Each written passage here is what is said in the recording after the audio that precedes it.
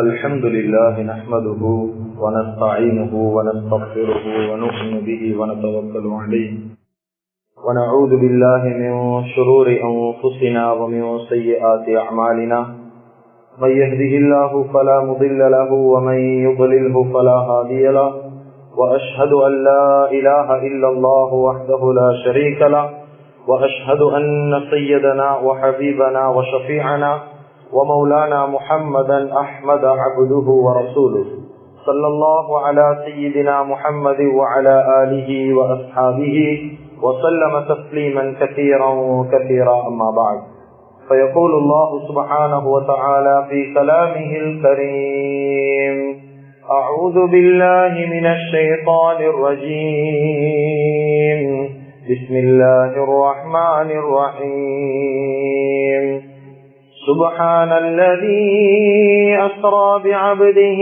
ليلا من المسجد الحرام إلى المسجد الأقصى الذي باركنا حوله لنريه من آياتنا إنه هو السميع البصير صدق الله العظيم. عن أبي هريرة رضي الله تعالى عنه عن النبي صلى الله عليه وسلم قال قال رسول الله صلى الله عليه وسلم أحب البلاد إلى الله مساجدها وأبغض البلاد إلى الله أسواقها رواه مسلم. صدق رسول الله صلى الله عليه وسلم أو كما قال صلى الله عليه وسلم. முழு உலகத்தையும் அந்த சராசரங்களையும் படைத்து பரிபாலித்து போஷித்து பாதுகாத்து கொண்டிருக்கக்கூடிய ஏக வல்லவனாகிய அல்லாஹ்வுக்கு சுப்ஹானஹு வ தஆலா ஒருவனுக்கே புகழ் அனைத்தும். அல்ஹம்துலில்லாஹ். ஸலாத் என்னும் கருணையும் சலாம் என்னும் ஈடேற்றமும் முஹம்மது ரசூலுல்லாஹி ஸல்லல்லாஹு அலைஹி வஸல்லம் அவர்கள் மீதிலும் அந்த நபிகள் நாயகம் ஸல்லல்லாஹு அலைஹி வஸல்லம் அவர்களுடைய வாழ்க்கை வழிமுறைய தங்களுடைய வாழ்க்கையில் முழுமையான முறையில் எடுத்து நடந்த உத்தம சஹாபாக்கள், தாபிஊன்கள், தபஉ தாபிஈன்கள், ஷுஹதாக்கள், சாலிஹீன்கள், நல்லோர்கள் அனைவர்கள் மீதும் கியாமத்துடைய நாள் வரைக்கும் அவரை பின்பற்றி வாழக்கூடிய வாழ்ந்து கொண்டிருக்கக்கூடிய ஒவ்வொரு முஃமினான ஆண்கள் பெண்கள் மீதும் உண்டாகட்டும்.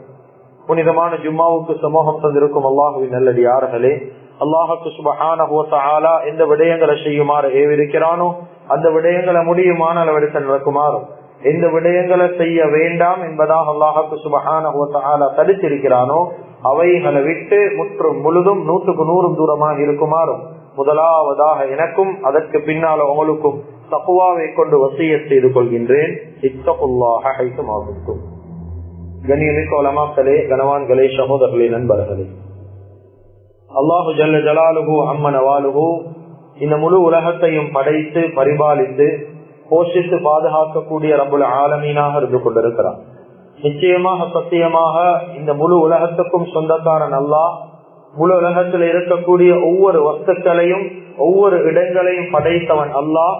நபி ஸல்லல்லாஹு அலைஹி வஸல்லம் அவர்கள் தெளிவாக ஹதீஸ்ல விளங்கப்படுத்தினாங்க, அல்லாஹ்வுக்கு சுப்ஹானஹு வ தஆலா முழு உலகத்தில் இருக்கக்கூடிய எல்லா இடங்களையும் எல்லா வஸ்துக்களுக்கும் சொந்தக்காரனாக இருந்தாலும் அல்லாஹ்வுக்கு ஒரு ஊர்ல, ஒரு கிராமத்துல, ஒரு நாட்டுல இருக்கக்கூடிய ஆக விருப்பமான இடம் எது என்பதாக நபி ஸல்லல்லாஹு அலைஹி வஸல்லம் அவங்க ஹதீஸின் மூலம் எங்களுக்கு விளங்கப்படுத்தி இருக்கிறார்.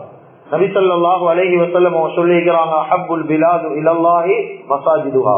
ஒரு ஊர்ல அல்லாஹ்வுக்கு ஆக விருப்பமான இடம், ஆக மஹப்பத்துக்குரிய இடம் எது என்றா அல்லாஹ்வ எந்த இடத்துல சுஜூது செய்யப்படுவதோ, எந்த இடங்கள்ல அல்லாஹ்வுக்கு சுஜூது செய்யப்படுவதோ அந்த இடத்துல இருக்கக்கூடிய மஸ்ஜிதுகள் என்பதாக நபி ஸல்லல்லாஹு அலைஹி வஸல்லம் அவங்க விளங்கப்படுத்தி இருக்கிறார். எனவே கண்ணியமிக்க அல்லாஹுவின் நல்லடியார்களே, அருமையானவர்களே, நாளுக்கு நாள், வருடத்துக்கு வருடம், காலத்துக்கு காலம் எப்பெல்லாம் இஸ்லாமியர்களுடைய வளர்ச்சி அதிகமாகிக் கொண்டு போகுதோ, முஸ்லிம்களுடைய வளர்ச்சி அதிகமாகிக் கொண்டு போகுதோ, அதே போல பள்ளிவாசல்களுடைய எண்ணிக்கையையும் அல்லாஹ்வுக்கு சுப்ஹானஹு வ தஆலா நாளுக்கு நாள் அதிகரித்து கொண்டிருக்கிறத கண்ணால பார்த்து கொண்டிருக்கிறோம். கண்ணியமிக்க அல்லாஹுவின் நல்லடியார்களே, அருமையானவர்களே, அண்மையில அமெரிக்காவை சேர்ந்த ஒரு நிறுவனம் ஒரு பெரிய ஒரு பட்டியல் உண்ட பெரிய ஒரு அறிக்கை ஒன்றை வெளியிட்டு இருக்கிறாங்க.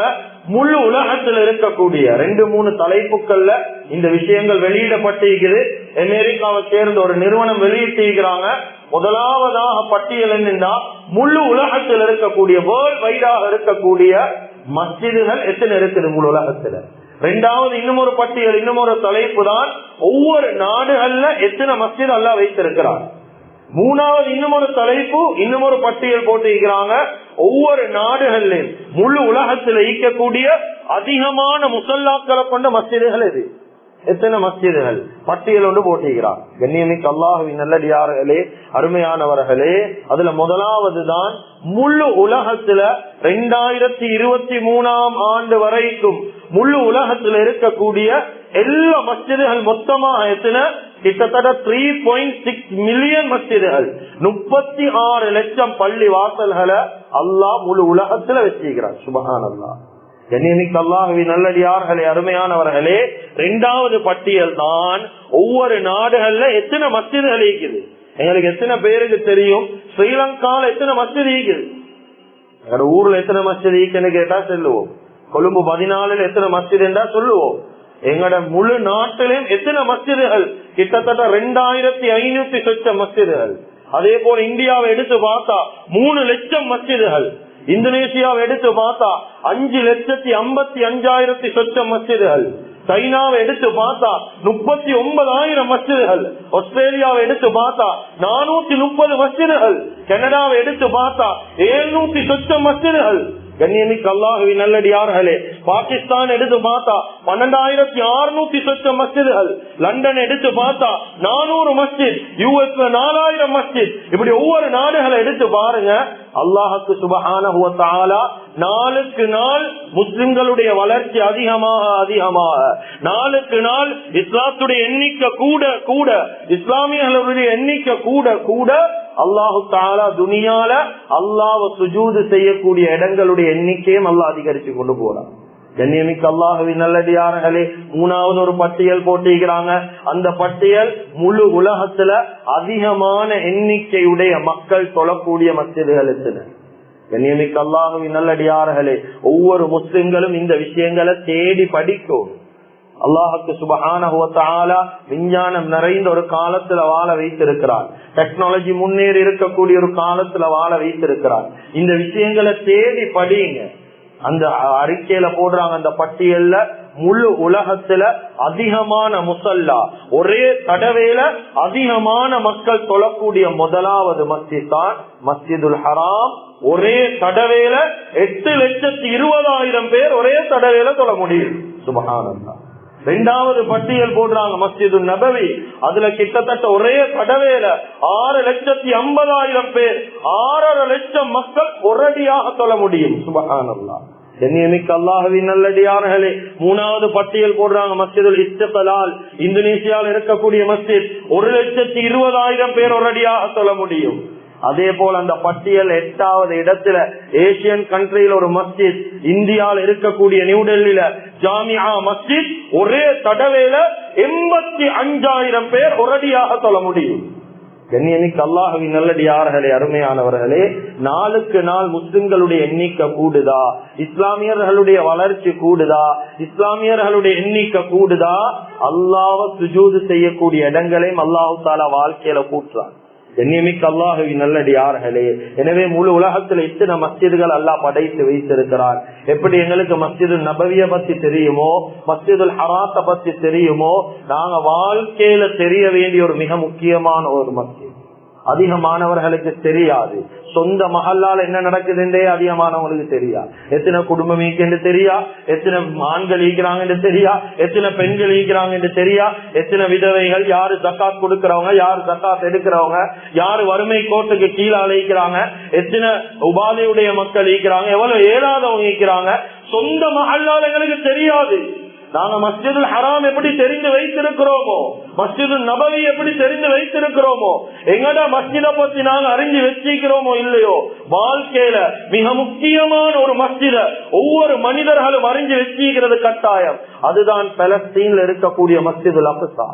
கண்ணியமிக்க அல்லாஹ்வின் நல்லடியார்களே, அருமையானவர்களே, எத்தனை பேருக்கு மஸ்ஜிதுல் அக்ஸாவை பத்தின அறிவு இருக்குது? எத்தனை பேருக்கு இந்த மஸ்ஜிதுல் அக்ஸாவை பத்தி வாழ்க்கையில தெரிந்து வைத்திருக்கிறோம்? எத்தனை பேருக்கு இதனுடைய டீடைல் தெரியும்? பலஸ்தீன்ல அடிக்கிறாங்க என்றா துவா செய்யறோம். ஆனா ஏன் இதுக்காக வேண்டி பாடுபடுறாங்க? ஏன் முஸ்லிம்கள் இவ்வளவு கொல்லப்படணும்? ஏன் இதுக்காக வேண்டி இவ்வளவு பாடுபடணும்? கண்ணியமிக்க அல்லாஹ்வின் நல்லடியார்களே, இதை யாரும் தேடி பார்க்கிறதல்ல. மஸ்ஜிதுல் அக்ஸாவுக்கும் முஸ்லிம்களுக்கும் என்ன சம்பந்தம்? பலஸ்தீனுக்கும் முஸ்லிம்களுக்கும் என்ன சம்பந்தம்? கண்ணியமிக்க அல்லாஹ்வின் நல்லடியார்களே, எத்தனை பேர் வாழ்க்கையில் இதை தெரிஞ்சு வச்சுக்கிறோம்? கண்ணியமிக்க அல்லாஹ்வின் நல்லடியார்களே, முஸ்லிம்களுடைய பூமி தான் பலஸ்தீன். முஸ்லிம்களுக்கு உரிமையான ஒரு இடம் தான் பலஸ்தீன். முஸ்லிம்களுக்காக பெரிய சொத்து வாழ்க்கையில மஸ்ஜிதுல் அக்ஸா. கண்ணியமிக்க அல்லாஹ்வின் நல்லடியார்களே, அருமையானவர்களே, இந்த மஸ்ஜிதுல் அக்ஸாவுக்காக வேண்டிதான் பெரிய ஒரு கூட்ட பாடுபடுறாங்க. உயிர் தியாகம், உடைமை தியாகம், சொந்த வீடு வாசல் இழந்த தியாகம், பிள்ளைகளை பறி கொடுத்தேன் பாடுபடும். கண்ணியமிக்க அல்லாஹ்வின் நல்லடியார்களே, அருமையானவர்களே, இந்த முழு உலகத்துல ஒவ்வொரு முஸ்லிம்களுடைய ஆகப்பெரிய சொத்து தான் மஸ்ஜிதுல் அக்ஸா. முழு உலகத்துல 2வது கட்டப்பட்ட மஸ்ஜித், முழு உலகத்துல 2வது கட்டப்பட்ட மஸ்ஜித். எங்களுக்கு தெரியும், முழு ஸ்ரீலங்கால 1வது கட்டின மஸ்ஜித் எதுன்னு அதிகமானவங்களுக்கு தெரியா. அது பேருவர மஸ்ஜிதுல் அபரார். அதிகமானவங்க தெரிஞ்சு வைத்துக் கொள்வோம். கண்ணியமிக்க அல்லாஹ்வின் நல்லடியார்களே, முழு உலகத்துல 1வது கட்டப்பட்ட மஸ்ஜித் மஸ்ஜிதுல் ஹராம். 2வது கட்டப்பட்ட மஸ்ஜித் தான் பலஸ்தீனுடைய மஸ்ஜிதுல் அக்ஸா. கண்ணியமிக்க அல்லாஹ்வின் நல்லடியார்களே, அருமையானவர்களே, அபூதர் அல்-கிஃபாரி ரலியல்லாஹு அன்ஹு அவங்க கேக்குறாங்க, யா ரசூலல்லாஹ், முழு உலகத்துல 1வது கட்டப்பட்ட மஸ்ஜித் எது யா ரசூலல்லாஹ்? இந்த நேரத்துல ஸல்லல்லாஹு அலைஹி வஸல்லம் அவங்க சொல்றாங்க, 1வது கட்டப்பட்ட மஸ்ஜித் தான் மஸ்ஜிதுல் ஹராம், கஅபா. கேக்குறாங்க, யா ரசூலல்லாஹ், அப்ப 2வது கட்டப்பட்ட மஸ்ஜித்? சொன்னாங்க, 2வது கட்டப்பட்ட மஸ்ஜித் தான் மஸ்ஜிதுல் அக்ஸா, பலஸ்தீன்ல இருக்கக்கூடிய மஸ்ஜிதுல் அக்ஸா என்பதாக சொல்றார். கண்ணியமிக்க அல்லாஹ்வின் நல்லடியார்களே, அருமையானவர்களே, அபூதர் அல்-கிஃபாரி ரலியல்லாஹு அன்ஹு கேக்குறாங்க, கம் கான பைனஹுமா யா ரசூலல்லாஹ், 2க்கும் மத்தியில் இருக்கக்கூடிய கால அளவுகள் எத்தனை? எவ்வளவு காலங்கள் இடைப்பட்ட நேரங்கள் கட்டப்பட்டதுக்கு மத்தியில? சொன்னாங்க, மஸ்ஜிதுல் ஹராமுக்கும் மஸ்ஜிதுல் அக்ஸாவுக்கும் மத்தியில் இருக்கக்கூடிய கால அளவுதான் கிட்டத்தட்ட 40 வருஷம் என்பதாக சொன்னார். மஸ்ஜிதுல் ஹராம் கட்டப்பட்டு 40 வருடங்களுக்கு பின்னால கட்டப்பட்ட மஸ்ஜித் தான் மஸ்ஜிதுல் அக்ஸா என்பதாக சொல்லி காட்டினார். கண்ணியமிக்க அல்லாஹ்வின் நல்லடியார்களே, அதிகமானவர்களுக்கு உள்ளத்தில் இருக்கக்கூடிய கேள்வி என்ன தெரியுமா? இந்த மஸ்ஜிதுல் அக்ஸாவை 1வதாக யாரு கட்டினா? 1வதாக கட்டப்பட்டது யார்? யார் மூலமாக கட்டப்பட்டுச்சு? கண்ணியமிக்க அல்லாஹ்வின் நல்லடியார்களே, அருமையானவர்களே, மஸ்ஜிதுல் அக்ஸாவை பத்தின பாடத்துல இமாம் புகாரி ரஹிமஹுல்லாஹ் அவங்களுடைய பிரசித்தி பெற்ற கிதாப் புகாரியுடைய பெரிய விரிவுரையாளர்கள் விரிவுரை கிதாபில் ஒன்றுதான் ஃபத்ஹுல் பாரி. இதுல எழுதியிருக்கிறாங்க, இப்னு ஹஜர் அல் அஸ்கலானி ரஹிமஹுல்லாஹ், 1வதாக மஸ்ஜிதுல் அக்ஸாவை கட்டினது யாரு தெரியுமா? ஹஜ்ரத் ஆதம் அலைஹிஸ்ஸலாத்து வஸ்ஸலாம் தான் 1வது கட்டினார். அடித்தளமிட்டவங்க ஆதம் அலைஹிஸ்ஸலாத்து வஸ்ஸலாம். இவங்க தான் 1வதாக மஸ்ஜிதுல் அக்ஸாவுக்கு அடித்தளமிட்டவங்க.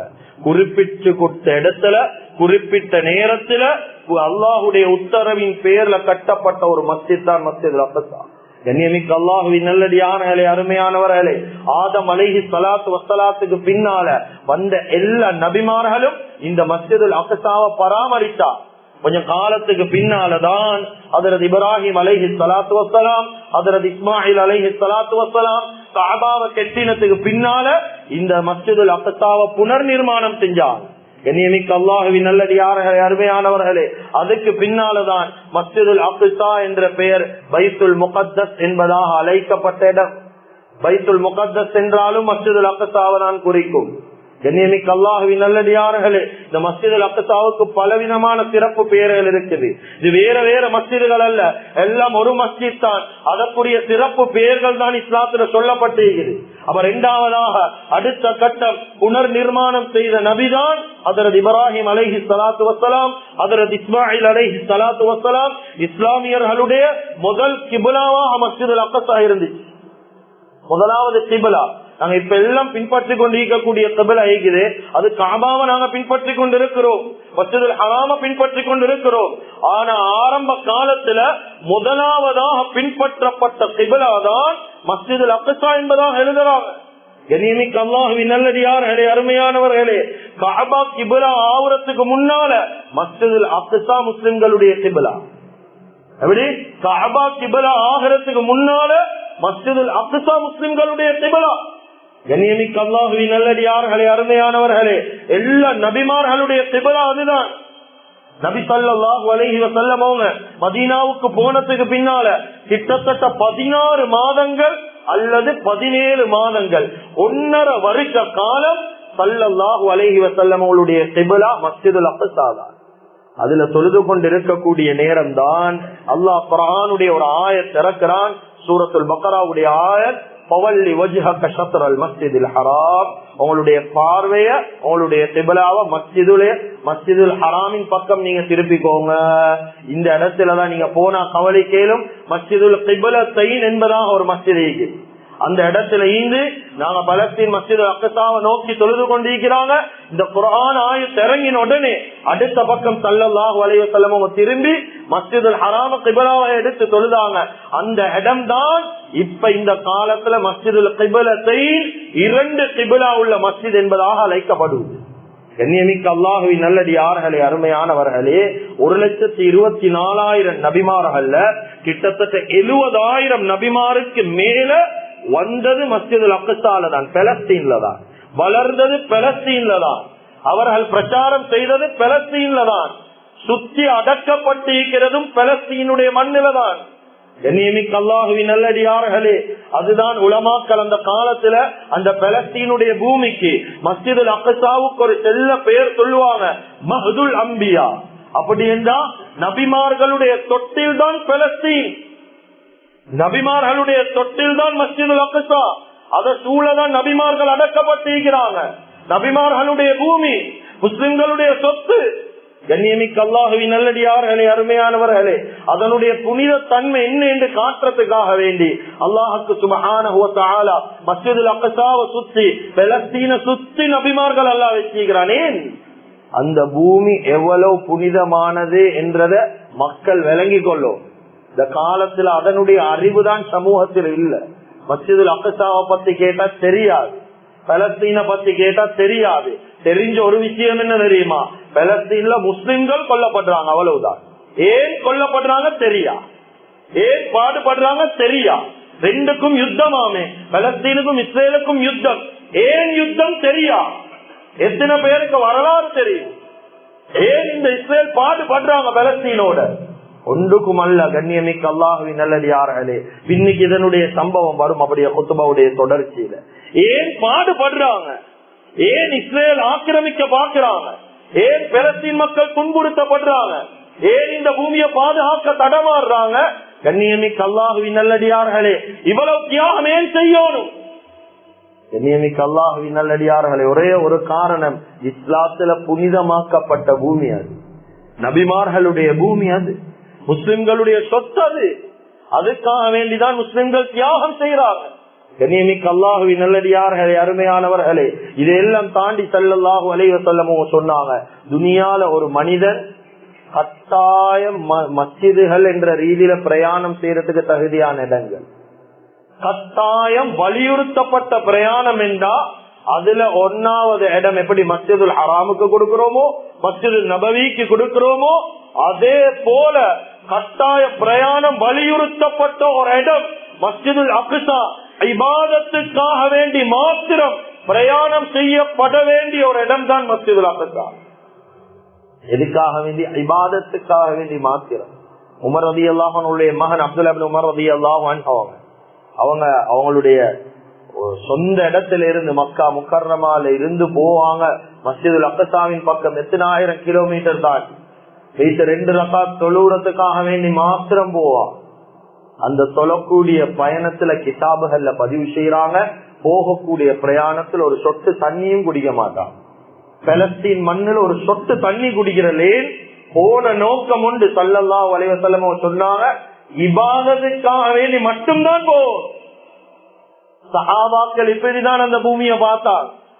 கண்ணியமிக்க அல்லாஹுவின் நல்லடியார்களே, அருமையானவர்களே, அக்ஸா மஸ்ஜிதுல் அக்ஸாவுடைய தொழுகையை குறித்து ஸல்லல்லாஹு அலைஹி வஸல்லம் பலவிதமான ஹதீசுகள் சொல்லப்பட்டிருக்குது. பலவிதமான எங்களுக்கு தெரியும். மஸ்ஜித் நபவியில திறந்த அவ்வளவு நன்மை, மஸ்ஜிதுல் ஹராத்துல தொழுத அவ்வளவு நன்மை எங்களுக்கு தெரியும்.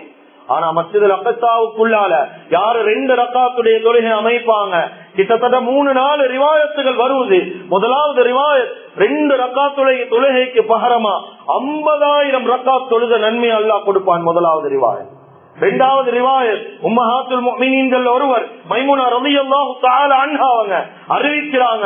மைமுனா ரலியல்லாஹு சொல்றாங்க, நபி ஸல்லல்லாஹு அலைஹி வஸல்லம் சொல்லிக்கிறாங்க, மஸ்ஜிதுல் அக்ஸாவுக்குள்ளால 2 ரக்காத்துடைய தொழுகைக்கு சமம் 1000 ரக்காத் என்பதாக எழுதுறார்.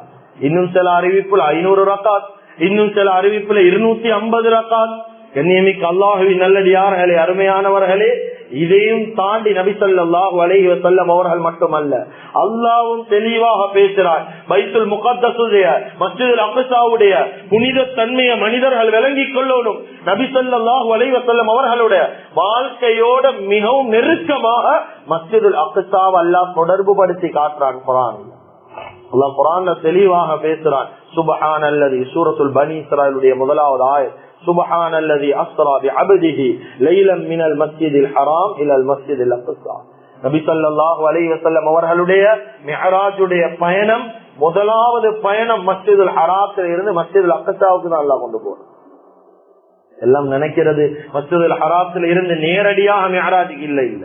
முதலாவது கொண்டு போனது மஸ்ஜிதுல் ஹராத்தில் இருந்து, சொந்த பூமியில இருந்து நீங்க முதலாவது போக வேண்டிய இடம் மஸ்ஜிதுல் அக்ஸாவுக்கு தான் போகும்.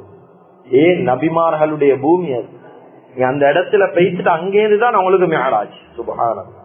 கண்ணியமிக்க அல்லாஹுவின் நல்லடியார்களே, அதுதான் குர்ஆன் எங்களுக்கு தெளிவா சொல்லுது, பாரக்னா ஹவுலஹு, சுத்தி பரக்கத்து செய்யப்பட்ட பூமி அது. சுத்தி பரக்கத்தால நிறைந்த பூமி, சுத்தி அல்லாஹ்வுடைய ரஹ்மத் நிறைந்த பூமி, பாக்கியம் நிறைஞ்ச பூமி என்பதா அல்லாஹ் குர்ஆன்ல பேசுறான். நபி ஸல்லல்லாஹு அலைஹி வஸல்லம் மஸ்ஜிதுல் ஹராத்துல இருந்து போறாங்க மஸ்ஜிதுல் அக்ஸாவுக்கு. எந்த இடத்துல நபிமார்களுடைய அந்த வாகனங்கள் கெட்டப்படுவதோ அதே இடத்துல கெட்டுறாங்க.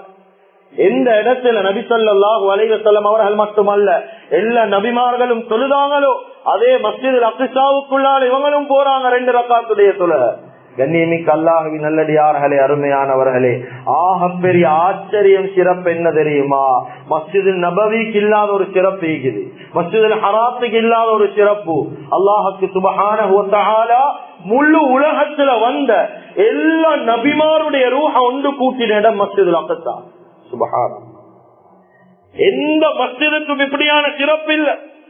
முழு நபிமார்களுடைய ரூஹ் ஒன்று கூட்டப்பட்டுச்சு மிஅராஜுடைய பயணத்துடைய இரவுல. எல்லா நபிமார்களும் வந்தாங்க. நபிமார்கள் நபி ஸல்லல்லாஹு அலைஹி வஸல்லம் அவர்களை சந்திச்சாங்க.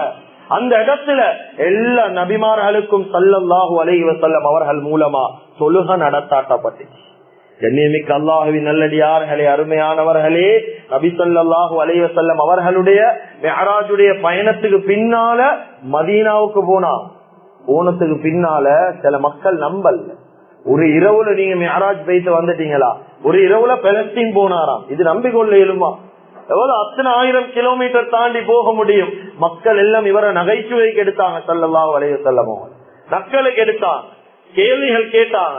இந்த நேரத்துல முன்னுக்கு வந்து ஒருத்தர் கேட்டாரு, யா ரசூலல்லாஹ், நீங்க பலஸ்தீனுக்கு போனது உண்மையா ஐந்தா, மஸ்ஜிதுல் அக்ஸாவுக்குள்ள போனது உண்மையா ஐந்தா, எங்களுக்கு கொண்ட மஸ்ஜிதுல் அக்ஸாவை பத்தி கொஞ்சம் சொல்லுங்களேன். நான் ஏற்கனவே அங்க பேசிக்கிறேன், நீங்க சொல்றதும் நான் போனதை கண்ட காட்சியும் ஒன்றாக இருந்தா நீங்க சொன்னதை நாங்க வாழ்க்கையில நம்புறோம். கிதாபில் எழுதுறாங்க, நபி ஸல்லல்லாஹு அலைஹி வஸல்லம் அவர்களுக்கு முன்னால மஸ்ஜிதுல் அக்ஸாவுடைய உருவத்தை அல்லாஹ் கொண்டு வந்தார்.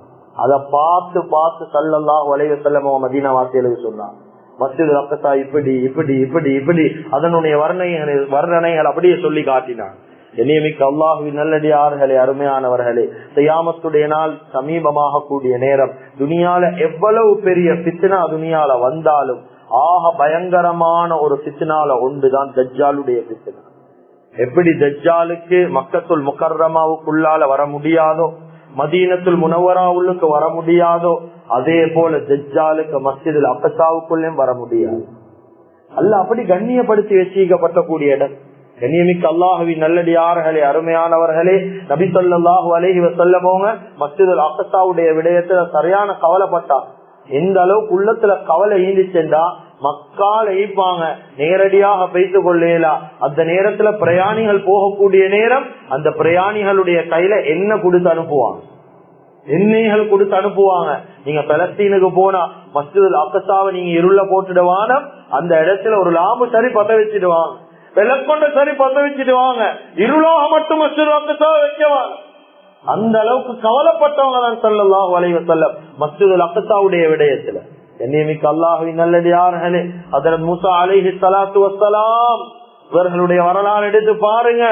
வாழ்க்கையில மௌத்து வரைக்கும் மஸ்ஜிதுல் அக்ஸாவுக்குள்ளால போகாத ஒரு நபி, மஸ்ஜிதுல் அக்ஸாவுக்குள்ளால வைத்ததில்லை.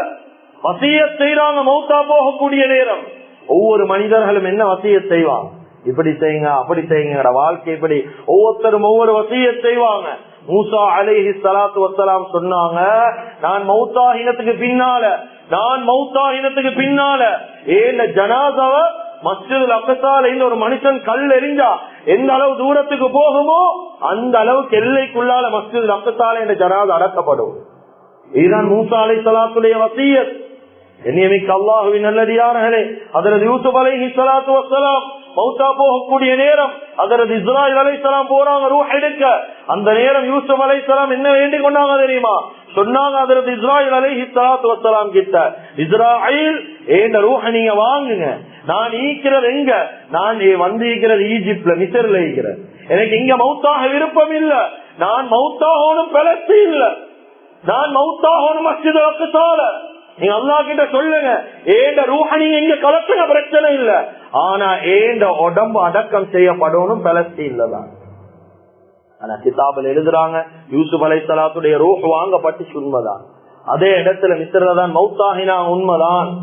எந்த இடத்துல நபிமார்கள் மௌத்தாகிறாங்களோ அந்த இடத்துல அடக்கம் செய்யப்படுறதுதான் முறை. அப்ப யூசுப் அலைஹிஸ்ஸலாம் மௌத்தாகினது மிஸ்ர்லண்டா அங்க அடக்கம் செய்யப்படுறதுதான் முறை. நபி ஸல்லல்லாஹு அலைஹி வஸல்லம் இங்க வஃபாத் ஆயினாங்க. ஆயிஷா ரலியல்லாஹு தஆலா அன்ஹா அவங்களுடைய வீட்டுல வஃபாத் ஆயிடாங்க. வீட்டுக்குள்ளதான் அடக்கம் செய்யப்படும். எங்க மௌத்தாகிறாங்களோ அங்கதான் அடக்கம் செய்யப்படும்.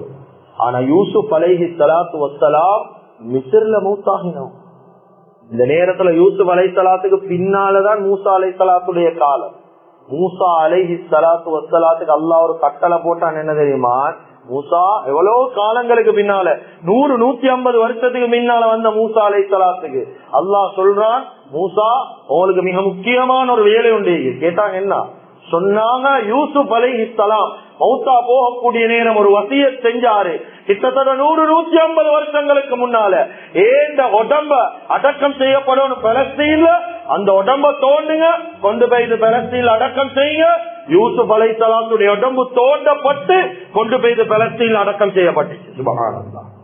கண்ணியமிக்க அல்லாஹ்வின் நல்லடியார்களே, நபிமார்களே இவ்வளவு முக்கியத்துவம் கொடுக்கணும், ஏன் இந்த அளவுக்கு முக்கியமாக பேசணும், அங்க ஆக குறைஞ்சது அடக்கம் செய்யப்படணும் என்பதாக ஏன் விரும்பணும்? கண்ணியமிக்க அல்லாஹ்வின் நல்லடியார்களே, பரக்கத்து செய்யப்பட்ட பூமி, பரக்கத்தால நிறைஞ்ச ஒரு பூமி.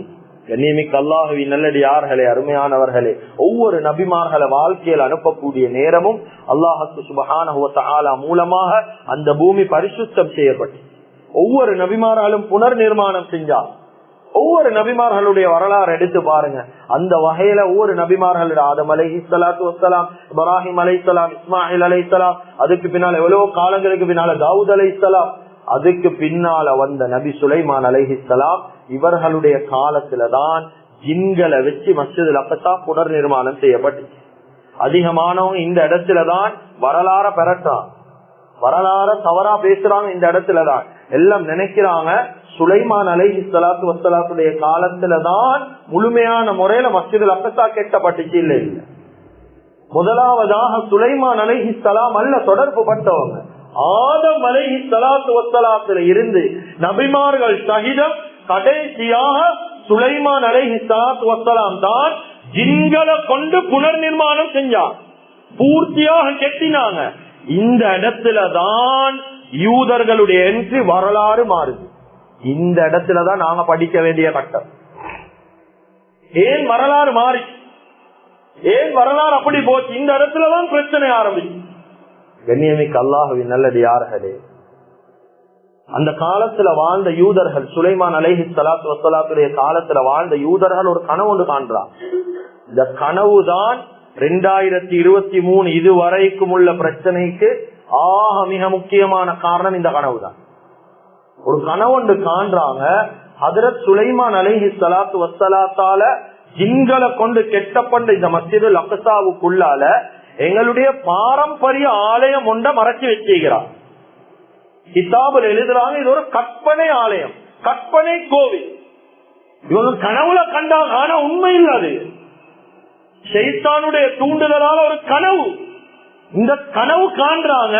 இந்த கனவின் மூலமாக அந்த கற்பனை ஆலயத்தை எப்படியாவது எங்கட வசம் எடுக்கணும். அதுக்குதான் இவ்வளவு நாள் போராட்டம். இப்பதான் வரலாறு திரும்பி. கண்ணியமிக்க அல்லாஹுவின் நல்லடியார்களே, அருமையானவர்களே, இந்த கனவு எப்படியாவது வாழ்க்கையில நிறைவேற்றிக் கொள்ளும், எப்படியாவது இந்த பூமி அடையணும். யூதர்கள் திட்டம் தீட்டினார், வெளிரங்கத்துல முஸ்லிம்களா காட்டினார். கண்ணியமிக்க அல்லாஹுவின் நல்லடியார்களே, ஸ்பெயினுடைய ஆட்சி விழுந்துச்சு முஸ்லிம்களுடைய கையில இருந்து. கிறிஸ்தவர்களுடைய ஆட்சி வந்துச்சு. அந்த நேரம் இந்த யூதர்கள் விரட்டி அடிக்கப்பட்டாங்க. இவர்களுக்கு ஒரு பெயர் தான் சொல்லுவாங்க, விரட்டி அடிக்கப்பட்ட யூத வந்தேரிகள் என்பதாக சொல்லுவாங்க. கண்ணியமிக்க அல்லாஹுவின் நல்லடியார்களே, அருமையானவர்களே, இவங்க விரட்டி அடிக்கப்பட்ட நேரம், அந்த நேரத்துல இருந்தே கிட்டத்தட்ட 2000 வருஷத்துக்கு மேலால இருந்து யூதர்களுடைய விஷயத்தில் அல்லாஹ் கோபமா இருக்கிறானே. இவர்கள் அல்லாவுக்கு மாற்றமாக துனியால நடந்தவங்க. அதர் ஷுஐப் அலைஹிஸ்ஸலாத்துடைய காலத்துல, மூசா அலைஹிஸ்ஸலாத்துடைய காலத்துல இதெல்லாம் மாற்றமாக நடந்தவங்க. 2000 வருஷம் அல்லாஹ் வச்சிருக்கிறது. சாப்பாடு தண்ணி இல்லாம நடு ரோட்ல தான் நல்லா வச்சிருக்கிறான். இந்த நேரத்துல இவங்களுடைய ஸ்பெயினுடைய ஆட்சி எப்ப விழுவுதோ அந்த நேரம் இந்த யூதர்கள் வாராங்க. எங்க தெரியுமா? உஸ்மானிய கிலாபத் எங்க? டர்க்கில, துருக்கியில. இந்த துருக்கி நாட்டுக்கு வந்து அந்த நேரத்துல ஆட்சி செஞ்ச கலீஃபா கிட்ட இடம் கேட்கிறாங்க. நாங்களும் முஸ்லிம்கள் தான், வெளிரங்கத்துல மட்டும்தான், உள்ரங்கத்துல அல்ல. முஸ்லிம்களுடைய ஆட்சி உஸ்மானியர்கள் கேட்கிறாங்க, நாங்களும் முஸ்லிம்கள் தான், எங்களுக்கு கொஞ்சம் நீங்க இடம் தரோம்.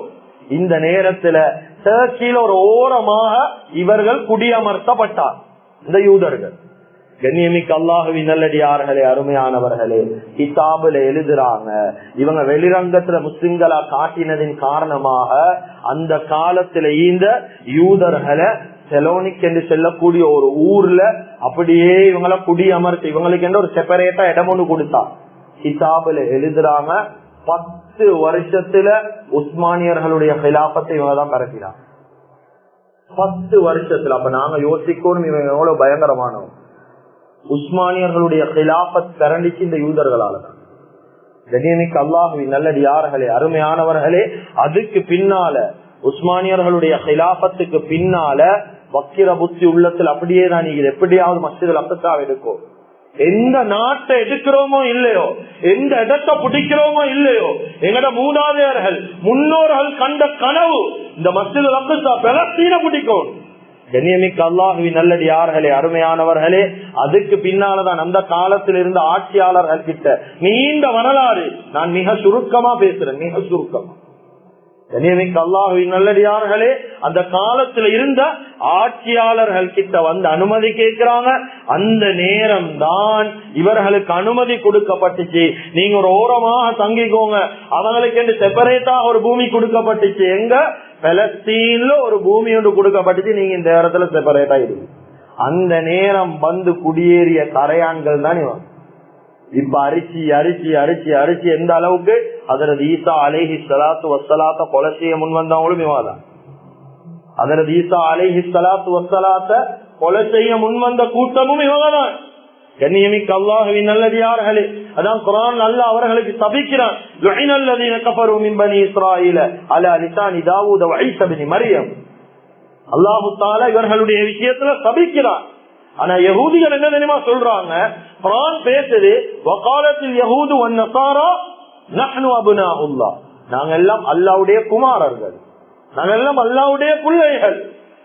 இப்ப குர்ஆன் இவங்களே கேள்வி கேக்குது, கொல் பலிமை அஜிபுக்கும் பிதுனூபிக்கும். நீங்க அல்லாஹ்வுடைய பிள்ளைகள் என்றா அல்லாஹ்வுடைய குமாரர்கள் என்று நீங்க சொல்றீங்களே, அப்படி என்றா ஏன் அல்லாஹ் உங்களைய சோதிக்கும்? ஏன் அல்லாஹ் உங்களுக்கு தண்டனைகளை தாரான்? ஏன் சீரழிய விட்டுறான்? அல்லாஹ் குர்ஆன் கேக்குது இவங்களுக்கு. கண்ணியமிக்க அல்லாஹுவின் நல்லடியார்களே, தெளிவாக விளங்கிக்கோங்க. யூதர்கள் என்றவங்க விளையாட்டுக்குரிய ஆட்கள் அல்ல. நாங்க இங்க சும்மா ஈந்து கொண்டு பேசலும், எங்களுக்கு போய் அடிக்கலும், எங்களுக்கு பிடிக்கலும் என்று பேசலும், எங்களோட ரத்தம் கொதிக்கல் என்று பேசலும். ஆனா இவர்களோட போரிடுறது லேசான விஷயம் உண்டல்ல, லேசான விஷயம் அல்ல இது.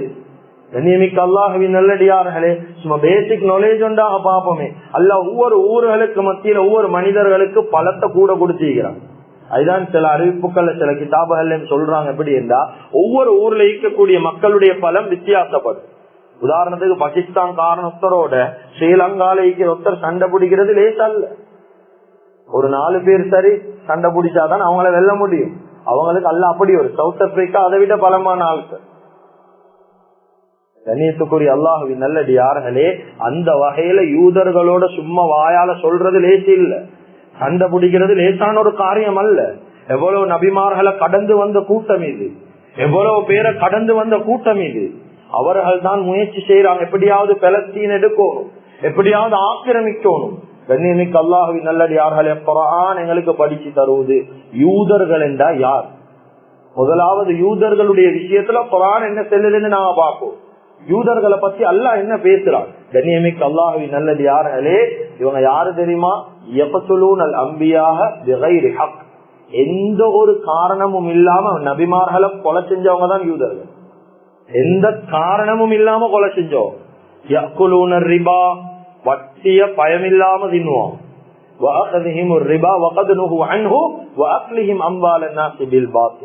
வட்டிய எடுத்ததால கொடுத்ததால மக்களுடைய பணத்தை தவறான வழியில சம்பரித்ததால உன்றதால குர்ஆன்ல அல்லாஹ் இவர்களை சபிக்கிறான். அல்லாஹ்வுடைய லஅனத் நேரடியாக இந்த யூதர்களோட பக்கம் நீங்குது.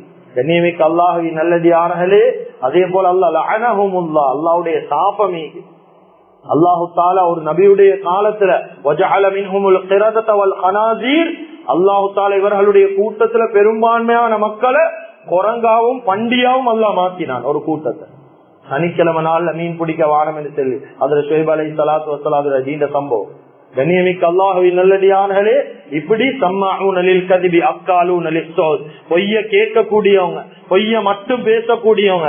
அப்துல்லாஹ் இப்னு ஸலாம் ரலியல்லாஹு அன்ஹு அவங்க அறிவிக்கிறாங்க, யா ரசூலல்லாஹ் இன்னல் யஹூத கௌமுன் புஹுத், யஹூதிகள் என்றா பொய்க்காரனோல் தான், இல்லாதவன சொல்றவனோல் தான் யா ரசூலல்லாஹ்.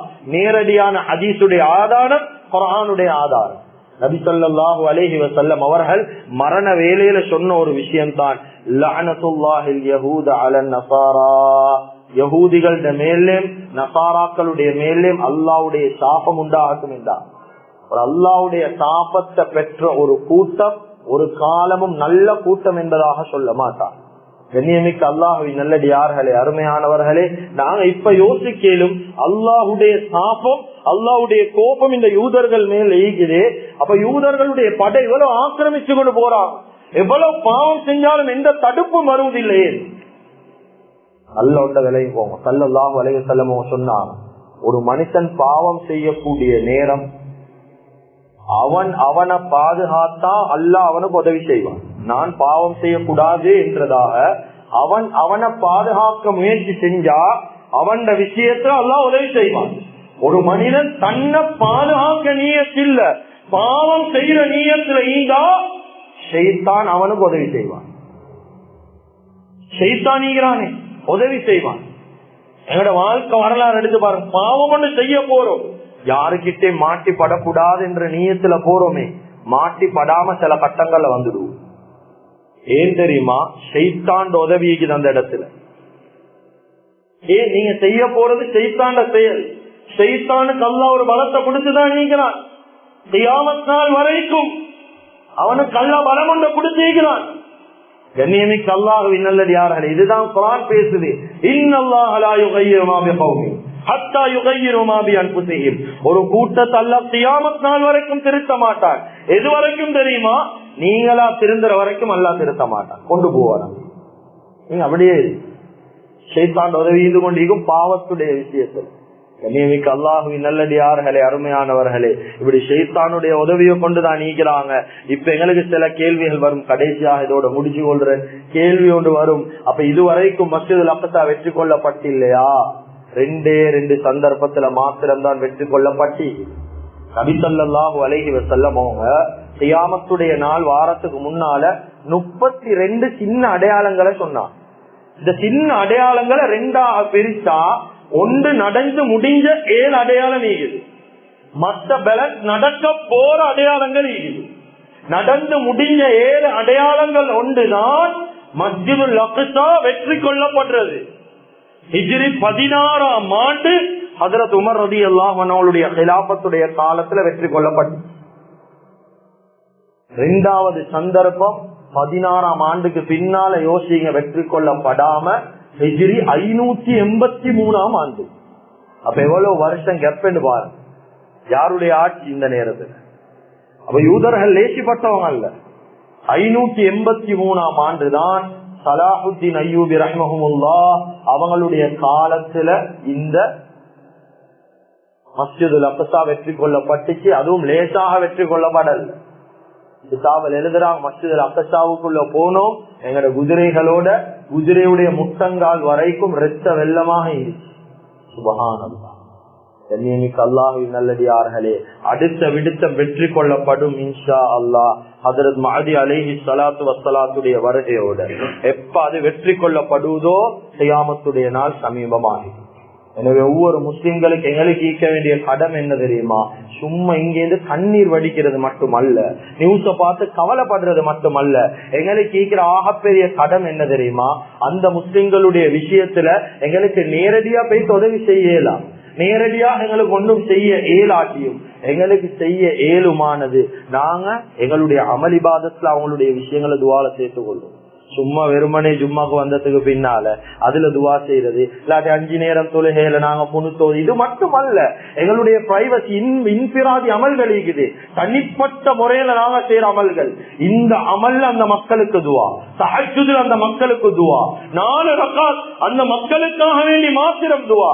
இப்படி எங்களுடைய தனிப்பட்ட அமல்களை அந்த மக்களை சேர்த்துக் கொள்றது நாங்க இந்த காலத்துல அந்த மக்களுக்கு செய்யக்கூடிய ஆகப்பெரிய கடமை. எனவே எந்தெந்த விஷயங்களை பேசினோமோ கேட்டோமோ இஹ்லாஸோட இஸ்திக்லாஸோட மௌத்து முட்டும் அமல் செய்யக்கூடிய பாக்கியத்தை அல்லாஹ் தஆலா நம் அனைவருக்கும் வழங்குவானாக. எங்களோட பாவங்களை மன்னிப்பாயாக. எங்களை பெற்று வளர்த்து ஆளாக்கி எங்களுடைய அன்பு தாய் தந்தையுடைய பாவங்களை மன்னிப்பாயாக. முழு உலகத்தில் இருக்கக்கூடிய எல்லா முஸ்லிம்களுடைய பாவங்களை மன்னிப்பாயாக. குறிப்பாக பலஸ்தீன் மக்களுடைய பாவங்களை மன்னிப்பாயாக.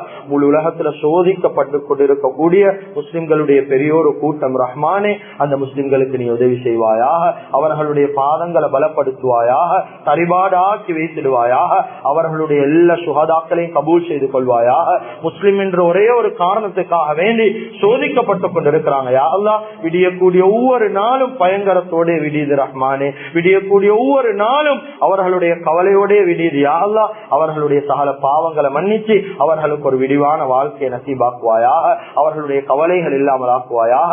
இந்த சந்தர்ப்பத்துல ஹஜ்ரத் மஹதி அலைஹி ஸலாத்து வஸ்ஸலாத்துடைய வருகைதான் நலவென்றா அவசரமா அந்த விஷயத்துக்கு கை கொடுத்து உதவி செய்வாயாக. அப்படி இல்லைன்னா சலாமத்தான வாழ்க்கையை நசீபாக்குவாயாக. அவர்களுடைய எல்லா சுஹதாக்களுடைய சகல பாவங்களை மன்னிப்பாயாக. சின்ன பிள்ளைகளுடைய